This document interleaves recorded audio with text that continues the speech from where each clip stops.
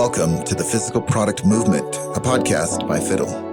We share stories of the world's most ambitious and exciting physical product brands to help you capitalize on the monumental change in how, why, and where consumers buy. I'm your host, Ken Ojuka.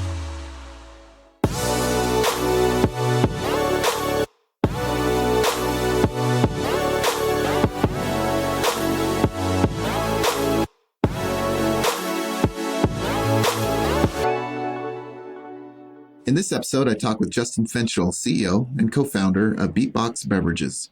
We talk about how to validate your product idea quickly and inexpensively, how to make sure you partner with the right distributor to get your product in front of your target customer, and how to build a brand that is authentic and aligned with your own passion. Justin was a great guest with some amazing nuggets of wisdom about how to position your brand and grow it successfully. I think you'll learn lots from this interview. All right. Hey, Justin, thanks for joining me today. I'm excited to hear a little bit more about you and your business. How's it going, man? Oh, it's going great. It's Friday. Can't ever complain about that. It's a beautiful day here in Texas and looking forward to the weekend. It's great to be here, Ken. Thanks for having me. Hey, cool. Hey, why don't we start off with a quote? Do you have a quote that's been impactful to you that you'd like to share with the audience? Yeah, I'm going to sneak in two quotes, but they're definitely related. And it's something we've used for since we went on Shark Tank in 2014 and with our product Beatbox Beverages, and Mark Cuban, who ended up investing in us, said on the show, he said, "You guys don't sell wine, you sell fun." And, another quote that he gave to us when we were just meeting actually at a liquor store after he had hand signed, hundreds and hundreds of boxes of our product. And we were asking him, how do you do this? Like, all these people come up to you all the time. And he's like, look, if it's not fun, I don't do it. So it's all related to fun. And I think for me, both in business and in personal life, I try to always remember that, like, hey, we're selling fun. We got to have fun while we're doing it. Of course, it's a business and we have to, keep growing and hit numbers and all of that, but we got to be having fun. And then the dream in life to me is if you're having fun, both in your work life and your personal life, if you're having fun, then that's the dream to me, is finding something that you're passionate about, that you love to do, that you're talented at, and that you can, make a nice living from. If you can combine all those things, you really, to me, that's what success would be. So those are the two quotes, and all related around having fun, both personally and professionally.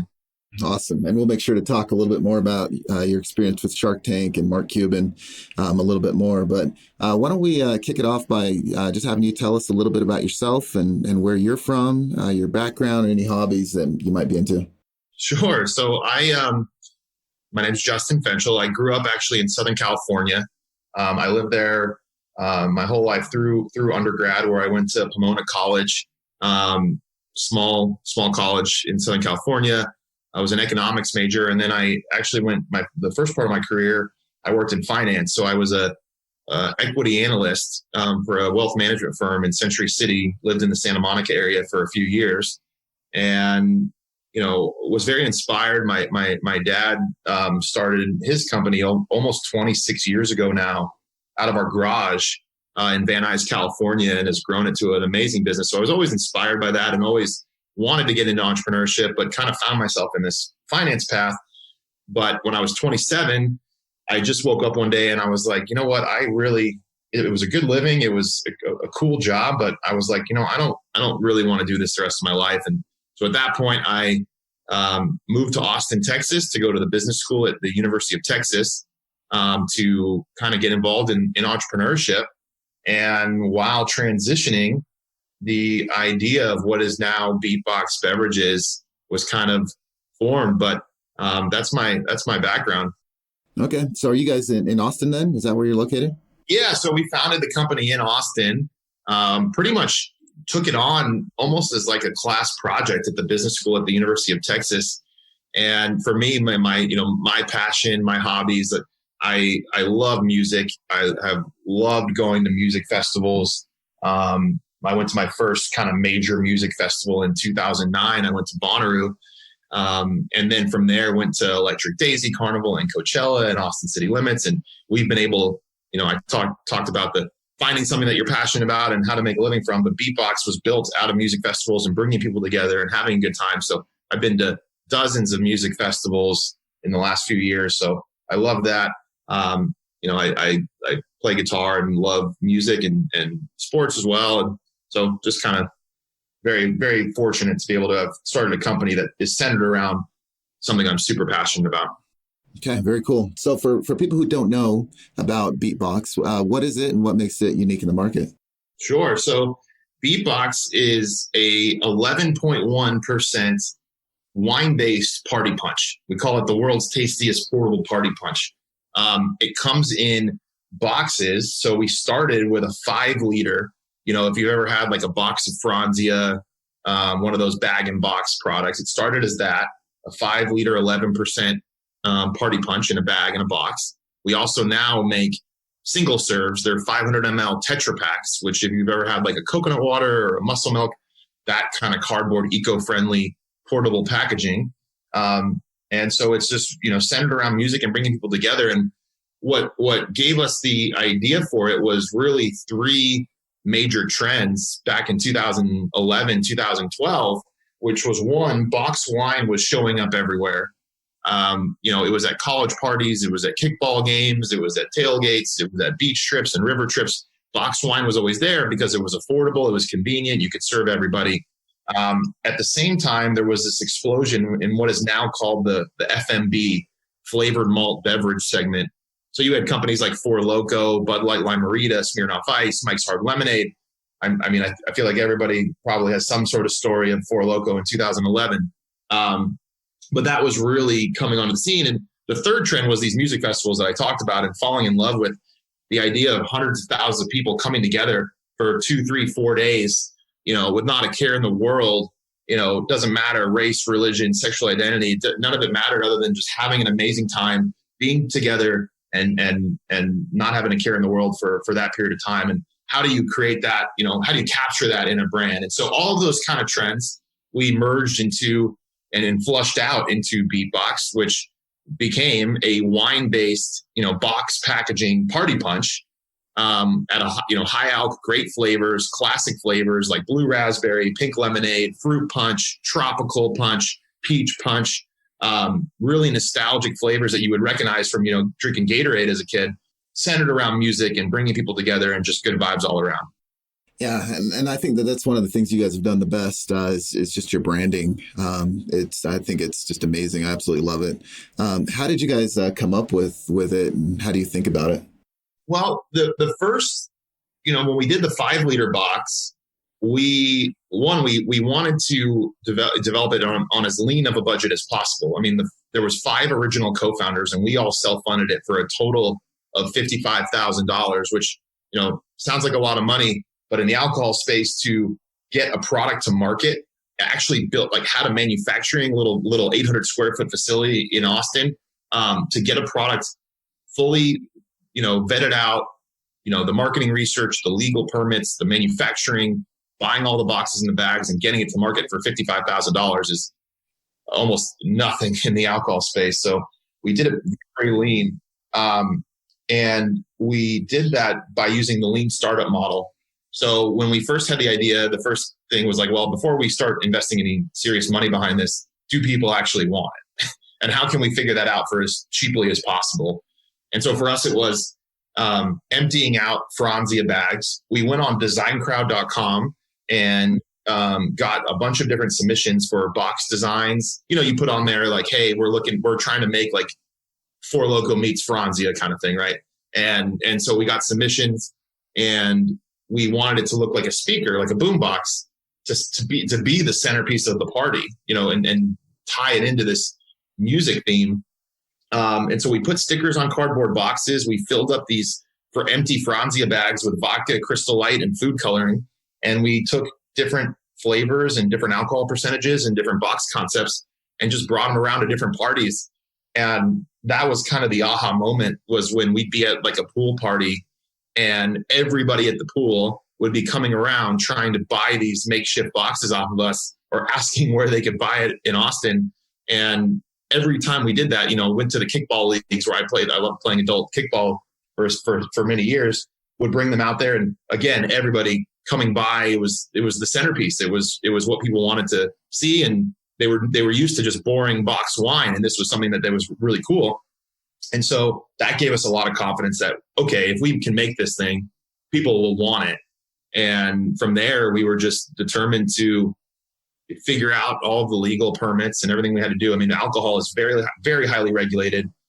90% of the things that we wanted to do from the design and from the flavors, we couldn't do just because of the way the regulations are. But we figured it out. We actually had the little warehouse. We made it ourselves. We drove it around, self-distributing it in Austin, and got enough traction to where, okay, someone might want to invest in this because it's not just an idea. It's actually, a physical product that is in retail, that is selling. And then ultimately we got a big distributor to pick it up, and we had outsourced manufacturing in 2014. And so we just kept checking those boxes, and that gave us a really kind of viable business that someone might want to invest in to scale beyond what we could, fund ourselves. So when you guys think about your target customer, who is that? And it sounds like you were actually the target customer. So it was somebody that looked a lot like you, right? Yeah. But how do you guys think about this as a company?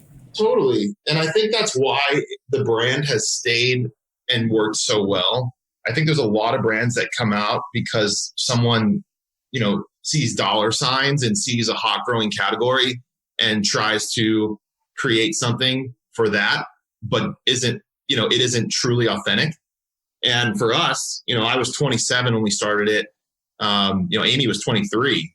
And so we really were the customers. We were the ones hosting the pre-games, going to the festivals, looking for, we millennials and Gen Z consumers were switching away from beer. They were looking for more flavors. They wanted alternatives. And these were all trends that we were a part of because we were living it. To me, I like to say that our target customer is anyone that would love to go to a music festival. Doesn't matter the type of music. It's like if you get excited about a few days of just letting loose and enjoy good times with your close friends, you should be able to get excited about our brand. We've done well, in the university areas, the millennial consumer, those that, like a sweeter drink, that don't like beer. So there's all sorts of demographics that are getting excited about it. But to me, it's all tied into the messaging of the brand, which is, hey, kick back, relax, and enjoy some music with your closest friends. And I think that's stayed true since we started it. And that's why people get so excited about it. Nice. And obviously you guys have put a lot of focus into the brand, just even, the story around the packaging and why you made those decisions. How do you think that these decisions have affected your business and your sales? I think it's all paid big dividends now that we finally have distribution. I think us as the founding team, we were such brand marketers. Like we were the consumers, right? So all of our design, all of our, efforts were put in on the consumer side. But when you break down the alcohol industry, there really are two major customers that we have to win over before an end consumer would even see the product. And that is the distributors and the retailers. So in alcohol, it's called the 3-tier system. So all the products you see on the shelves, whether it's at a liquor store or a grocery store, they're put on those shelves by a distributor. And we had all this excitement on the consumer level, but for an example of Shark Tank, like it aired to over 10 million people in the US, but we were only in 100 accounts in Texas. And so you had all this kind of pent up demand, but you didn't have the retail presence to support it. And we would sponsor all these music festivals, but we didn't think about, well, do we have any stores in the area? So, you could have such great awareness, but consumers are getting bombarded by brands constantly and they'll forget you. You got to be right away. Like as soon as you see it at a festival, that next week you go into your local Circle K and, oh, wait, that's the product that I had. And that is the perfect moment. So we kind of spent the first few years, especially after Shark Tank, so focused on consumer marketing and didn't think about the distribution and retail piece. Then we flipped it and we focused all of our efforts on, we need to scale distribution. We need to scale the number of retail accounts. And when we did that, all of the consumer marketing we had done for the last several years, became very, very impactful because there were a lot of people that had been exposed to it that were saying, oh my God, thank God it's finally in my area. So we had to really flip that though, because you got to be on retail shelves or it doesn't matter how many people know about you. Right. Yeah. Particularly with an alcoholic beverage, you'd mentioned that there's some additional considerations that you have to think about, when selling this type of product. What are some of those, for somebody, out there who might be thinking about launching an alcoholic beverage, what are some of the things that they need to think about? Well, you've got to think about how you're going to get to retail, especially in alcohol. You have to have a distributor. So who's your distributor going to be? Is your product a wine product, a beer product, a seltzer, a tequila? All of those types of products, you need to know which retail channel you want to go after and which distributor caters to that retail channel the best. So in our example, we started off with a big wine and spirits distributor. But the wine and spirits distributors are selling very expensive wine, tequila, whiskey, gin, etc. They're not selling that much out of the convenience store channel. They'll sell some wine and in certain states, maybe a little spirits, but those are all sold mostly through liquor stores and high-end restaurants and things of that nature. Whereas if you're a beer distributor, you're selling tons of beer through the convenience store channel. So for us, we were with the wine and spirits distributors, and with the single serve product, we could not get distribution in the convenience store channel. So we had to switch all of our distribution to the beer distributors. And that was a huge endeavor in late 2017 and through 2018 to switch out into the beer networks to get the C-store. So you really got to think about your positioning, where you want to be at retail, who your customers are, and which distributor you will go with to get you the best chance to get there. Understood. So, I'm trying to think of how you guys could have known that. Right. It sounds like that was the learning that occurred during that time. But how did you know that you were with the wrong distributor? And, what type of work goes into, getting aligned with a different distributor?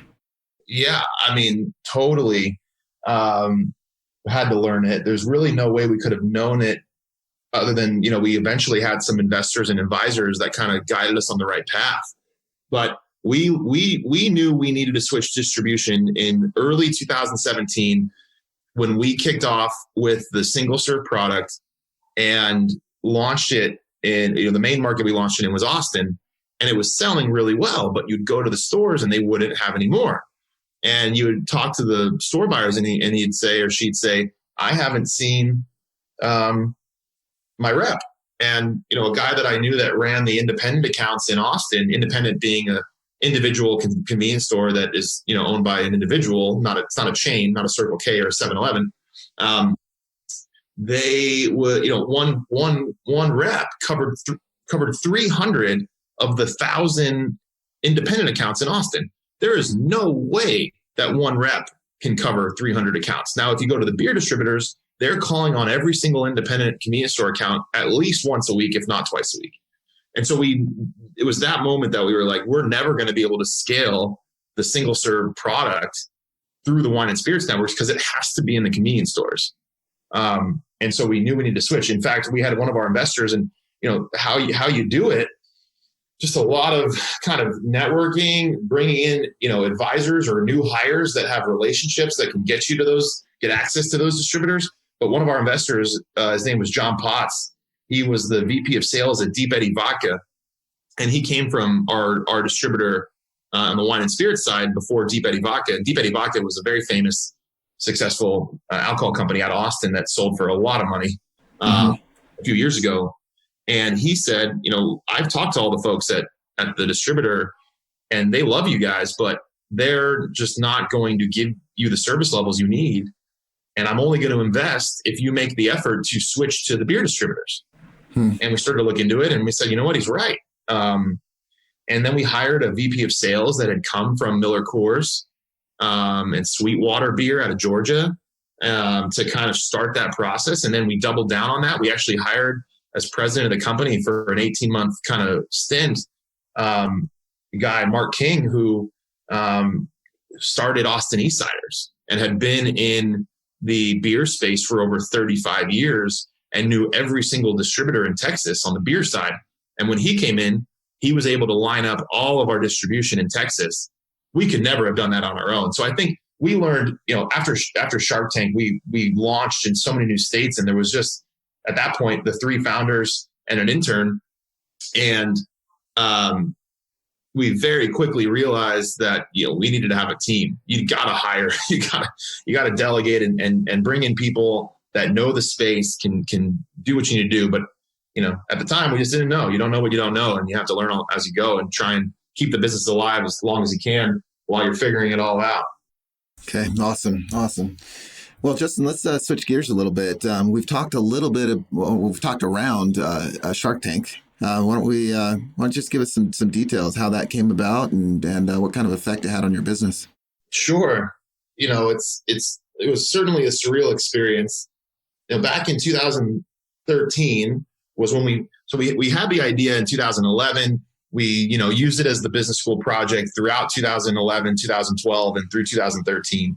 Our first batch of Beatbox we made right before South by Southwest in March 2013. And from there, we were able to self-distribute from March 2013 through January 2014. And in January 2014 was when we had exhausted all of our own resources, our friends and family resources.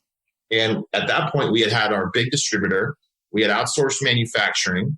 And we were ready we got HEB, was going to bring it in for a Memorial Day program. Mm-hmm. And we said, okay, we have done everything we can. We've got all the money we can get from our group. We need to go raise money.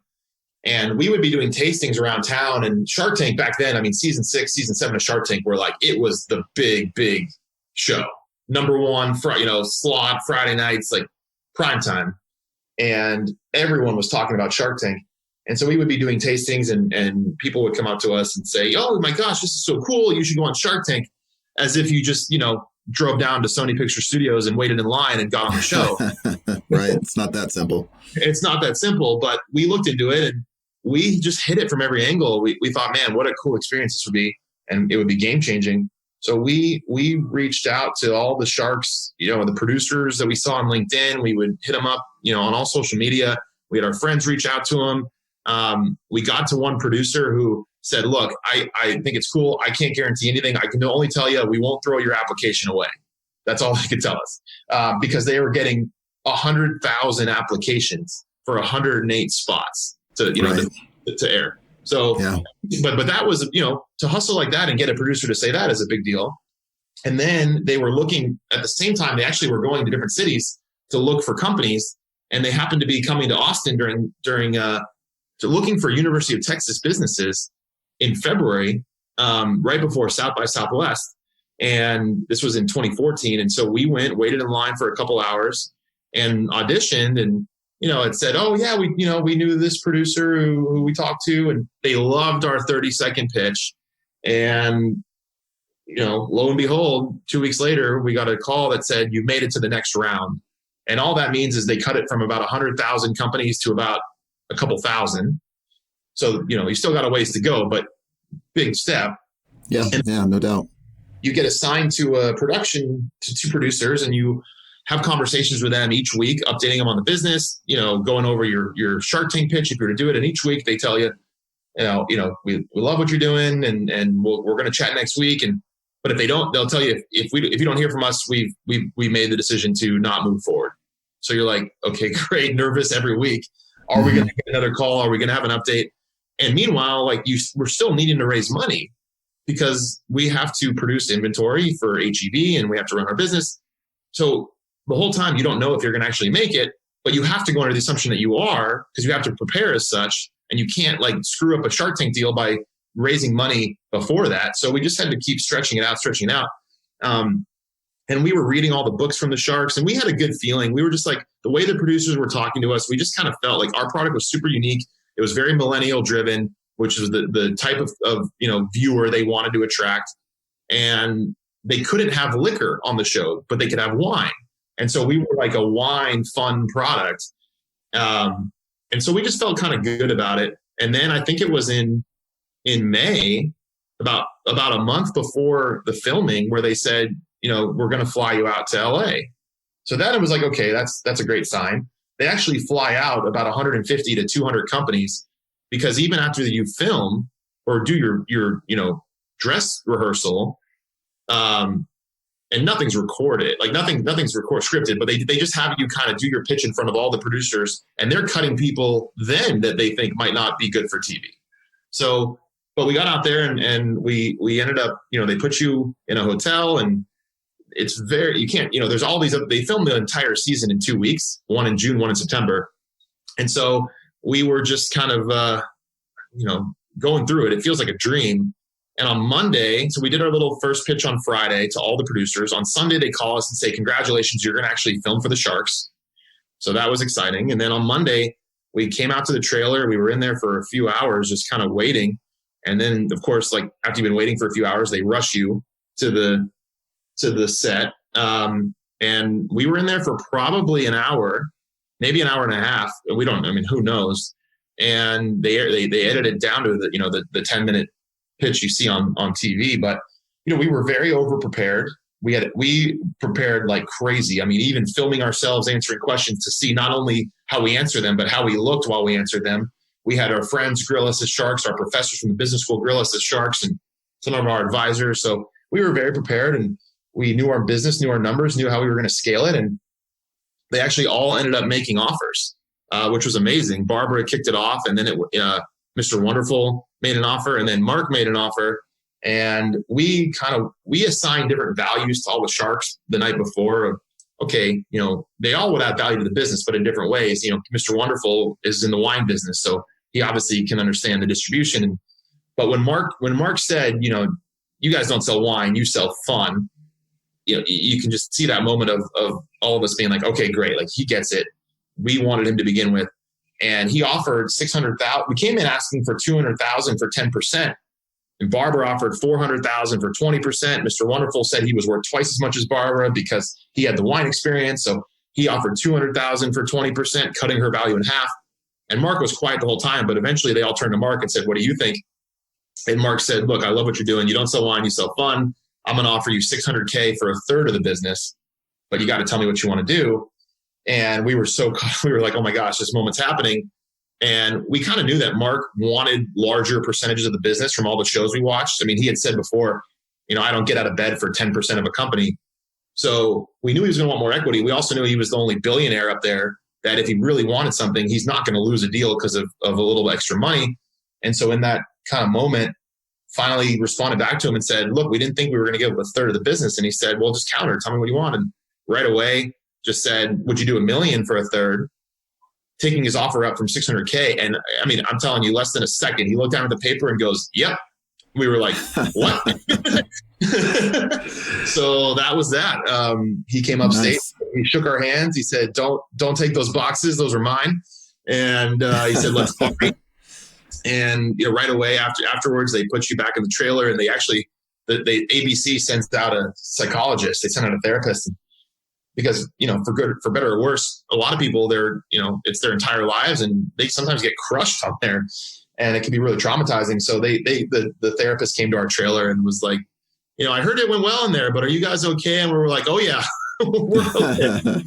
Nice. We're more than okay. And then from there, it was about 2 months of due diligence and Mark's team looking over all the numbers. And because all it is on the show, all they know is your name and they know your company name. And it's just a handshake agreement. So a lot of times those deals don't close because founders get very nervous. They make up numbers. They say their margins are not what they are.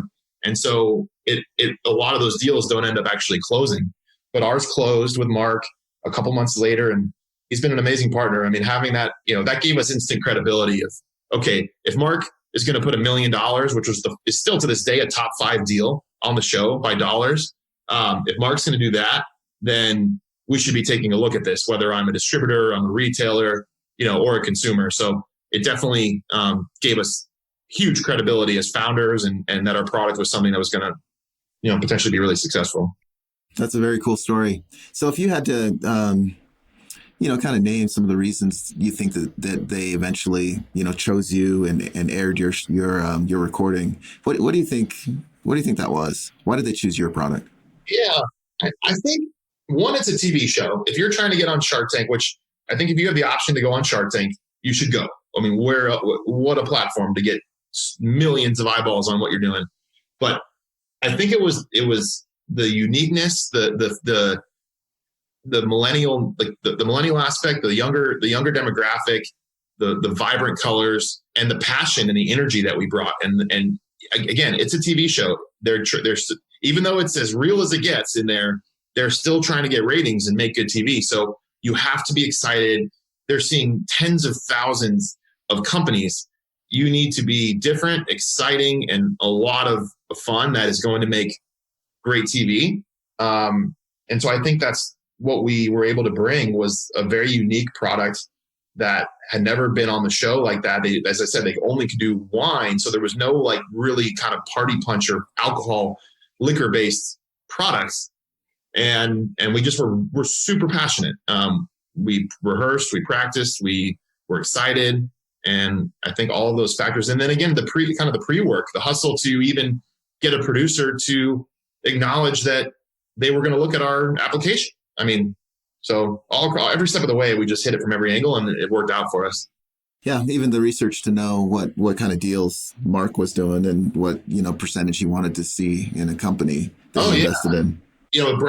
Brad read Mark's book, and in the book, Mark talked about how when he used to throw parties in college, him and his buddies would rip off fancy champagne labels and put them on Freshenet bottles.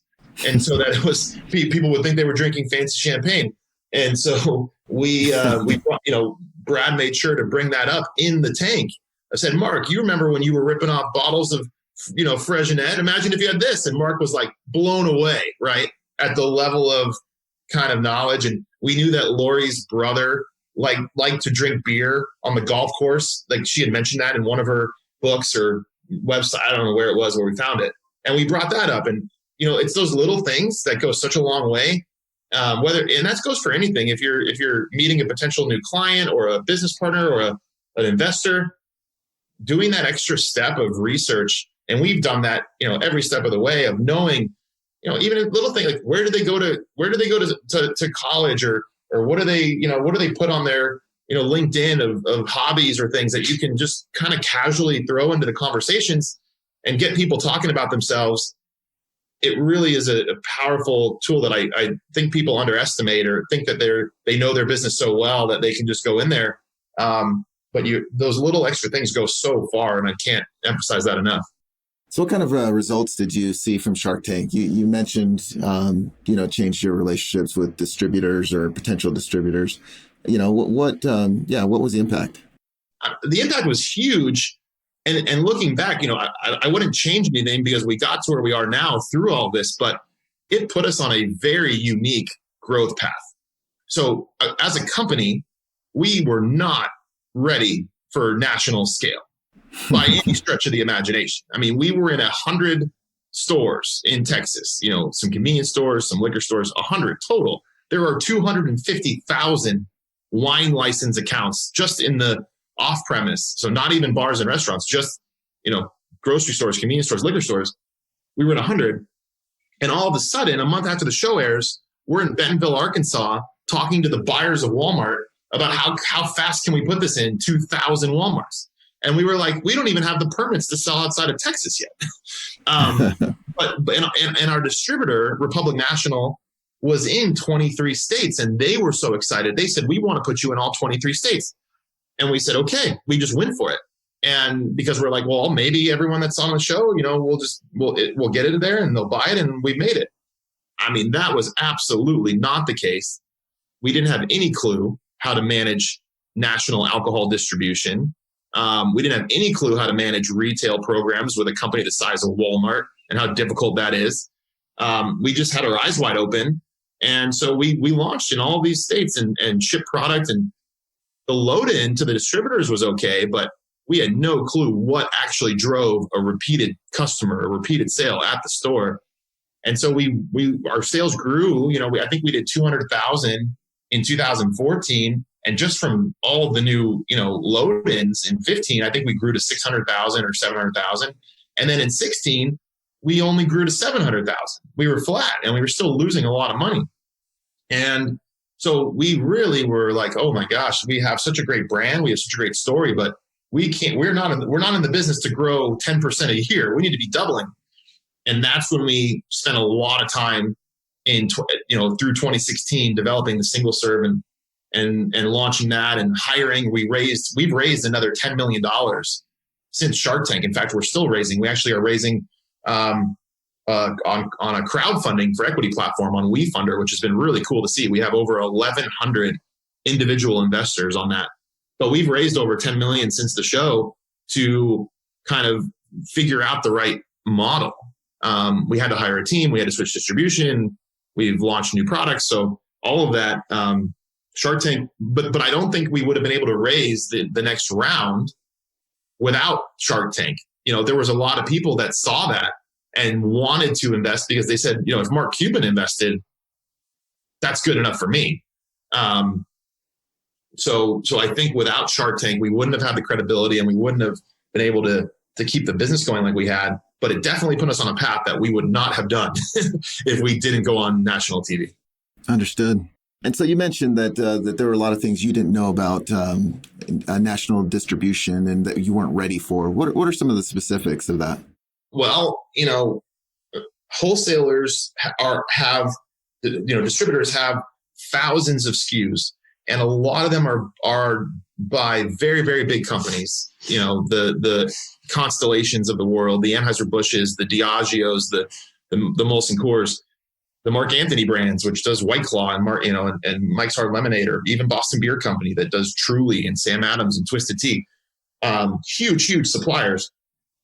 Those are the ones that get focus and share of mind. As a small company, you have to fight for every inch of support from your distributor. And so thinking that we were just going to ship it to all these distributors and they were going to automatically put it in all these stores was just a fool's thought.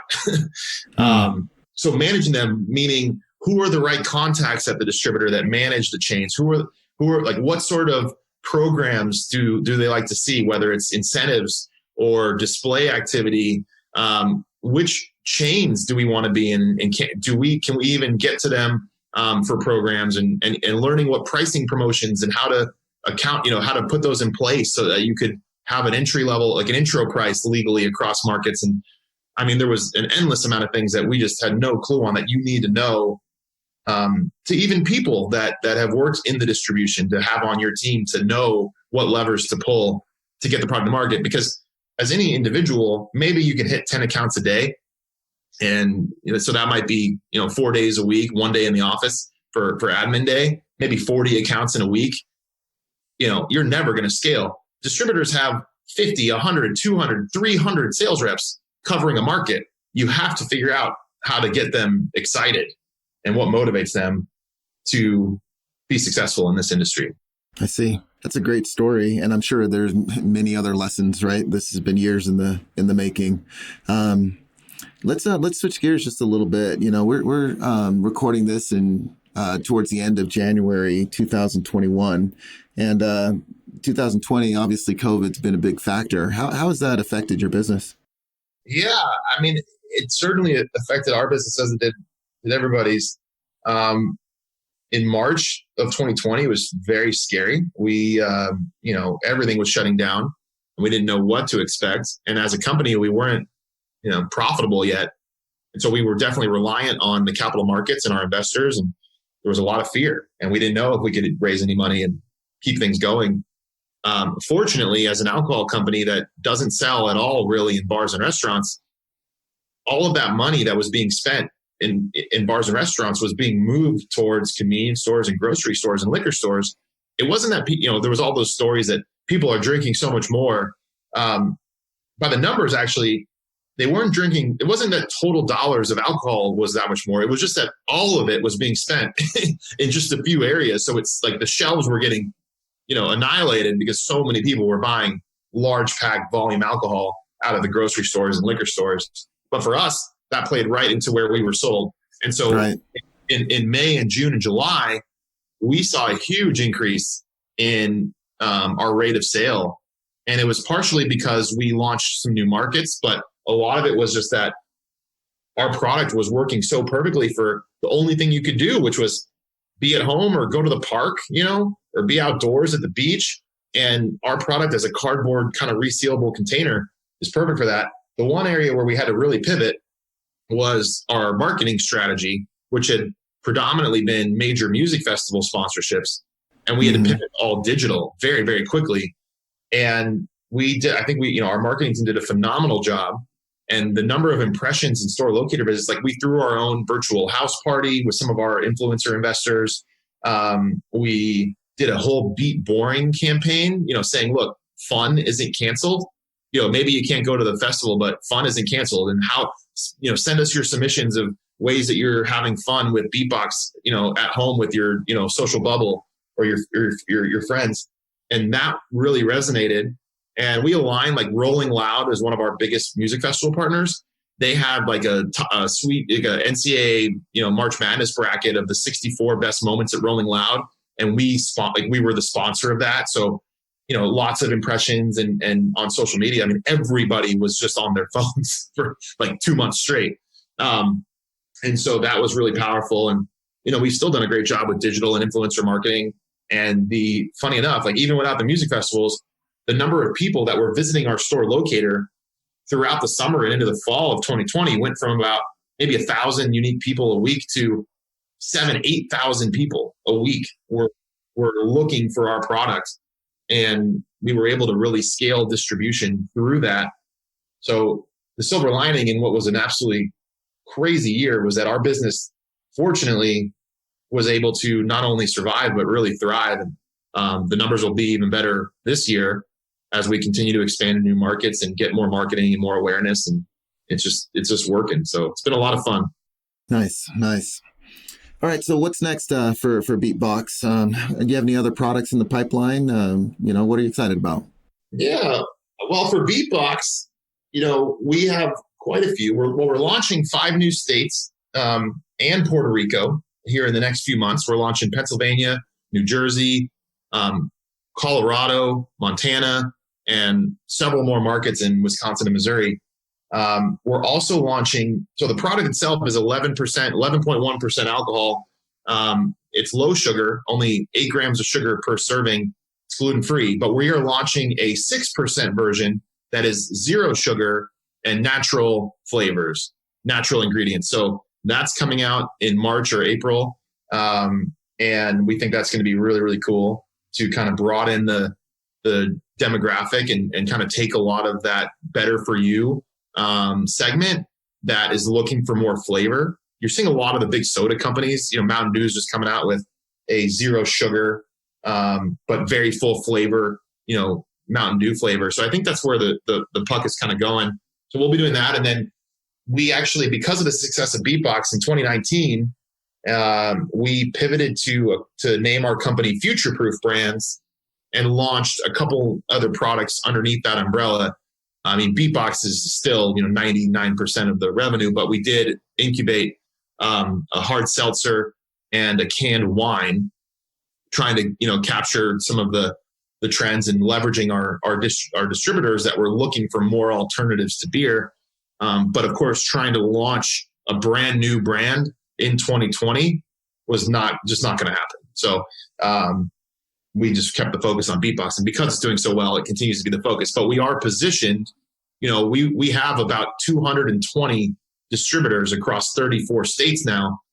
They're looking for innovative products, and FutureProof Brands is a disruptor in the millennial and Gen Z alcohol space, whether it could be partnering with other alcohol brands that need distribution or creating our own. We're in a really good position for the future. Nice. Well, let's get to the quick fire round. I'll just ask you a question, and you just tell me the first answer that comes to mind. You ready? Okay, let's do it. Name one tool or resource that you rely on to run your business. Slack. Our whole team on Slack. We've been working remotely since day one. The ability, like how powerful Slack is to be able to keep everyone connected, to share files, and the amount of emails it cuts down on. Game-changing tool for a virtual company. What is one book that has helped you the most in your journey? Oh man, there's so many, but I loved Shoe Dog, Phil Knight's book. I mean, you think about a company like Nike, and when they were doing 40, 50 million in revenue, when they were just getting going, he thought he was going to go out of business. And it's just like the stories for a company as big as Nike that they went through. It's really a cool story. So I'd recommend that one. That was pretty inspiring, especially as an entrepreneur. You have your own business. You're going to have like 4 to 5 near-death experiences. It doesn't matter what your business is, where you have to fight through it. And so I think that story is pretty inspiring to give you some hope that keep going if you believe in your vision. And what is one piece of advice that you'd give to your 21-year-old self? Oh man, to my 21-year-old self, I think it's just, don't quit. If you have a product that you believe in, that you've seen delights customers, just never stop pushing forward and keeping it going. I mean, it's advice I would give to anyone starting a business is once you've validated it. I mean, for me, I guess 21-year-old self, we started the company at 27. I really don't have I've had such a fortunate life that I don't know, but that would probably be it, is just keep going, even when it's hard. All right. And last, who's one person in the world that you would love to take to lunch? It's such a tough one. My dad's definitely my hero and inspiration, but we go to lunch pretty often. Hey, that works. That works. Go to lunch with Dad. Yeah, why not? I mean, I think it would be cool to go to lunch with like Obama or like Warren Buffett.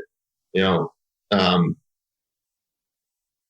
just from my equity career to hear Warren Buffett stories. I'm super lucky. I've been able to have lunch with someone like a Mark Cuban and some of these people. But yeah, I'd rather just get lunch again with my dad.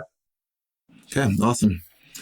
Well, as we wrap up here, just wanted to ask you if you had any advice that you would give to somebody that's grinding it out in the physical product space.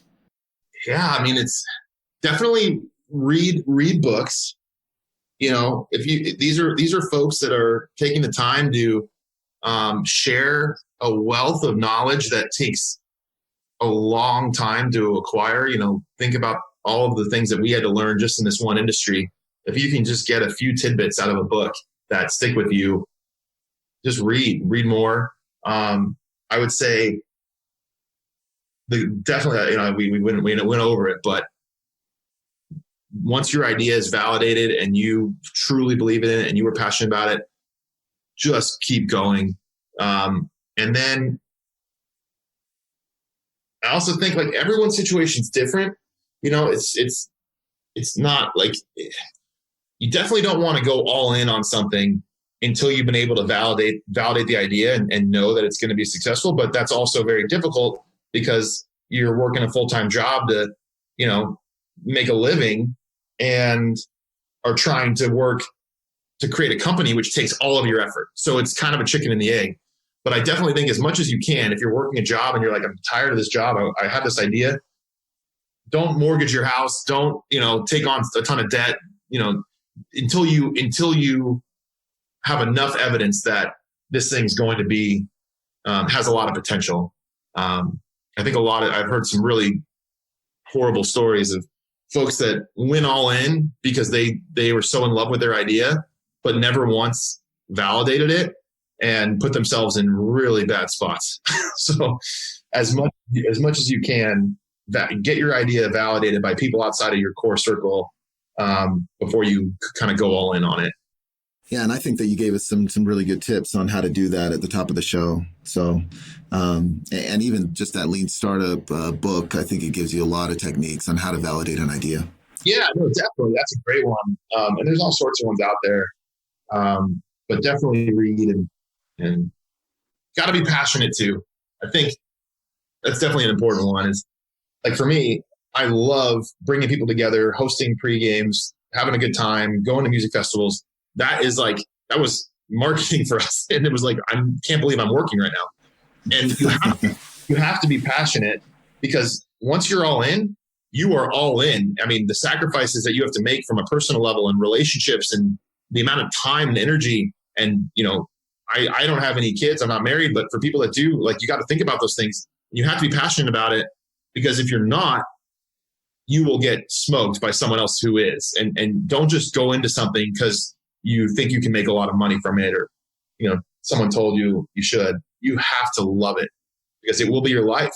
And I think a lot of times people think of like, oh, entrepreneurship, it's so easy, or, it's the exact opposite. It's the hardest thing you'll ever do, but it's the most freeing thing you'll ever do. Not having to be able to control your own hours and build your own lifestyle. It's so amazing. And Justin, so is there anything that you would like to promote or plug? Definitely hop on our website, check out our store locator if you want to try the products. They're delicious. They're fun. You can see it on the website. We should be in some store near you if you go on there. As well as if you love the story and you want to learn more, and our crowdfunding is only going to be open for another month or so. We've already raised $1.1 million on wefunder.com.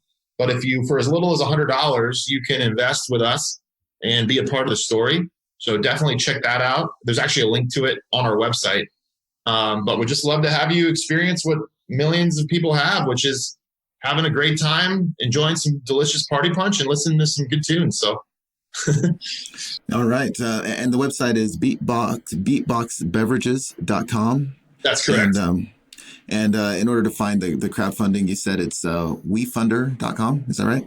Yeah, it's wefunder.com. And then on our website, there's a link direct to it, but it's wefunder.com. And then there's future.proof.brands.llc. So wefunder.com/future.proof.brands.llc. That's where you can invest. And of course, there is the link right on our website. Okay. And we'll add a link to the show notes as well. All right. And lastly, if people want to reach out to you, what's the best way to do that? I'd say email. Always welcome to email me. It's just justin@beatboxbeverages.com. Always down to help, time permitting, anybody that I can. And there were so many people that were so helpful to us as we were growing. Definitely want to return the favor. So feel free to email. Just mention that you heard it on the show, and we can definitely connect. I'm also on Twitter for sure if you want, but I'm not very active, so I don't know how much you'll get me there. Sure. All right. Well, Justin, I appreciate you taking the time to talk today. It's a great conversation. I think lots of lessons learned. And I think that this is just great advice for people in this industry and people thinking about getting into this industry. Anyway, I appreciate it. Best of luck with everything. Take care. Yeah. Thank you so much. This is great. Really appreciate it. All right, man. See ya. Bye. The Physical Product Movement Podcast is brought to you by Fiddle. To find out more about Fiddle and how our industry-leading inventory ops platform is giving modern brands and manufacturers full visibility into their inventory and operations, visit fiddle.io, and then make sure to search for Physical Product Movement in Apple Podcasts, Spotify, Google Podcasts, or anywhere else podcasts are found. Make sure to click subscribe so you don't miss any future episodes. On behalf of the team here at Fiddle, thanks for listening.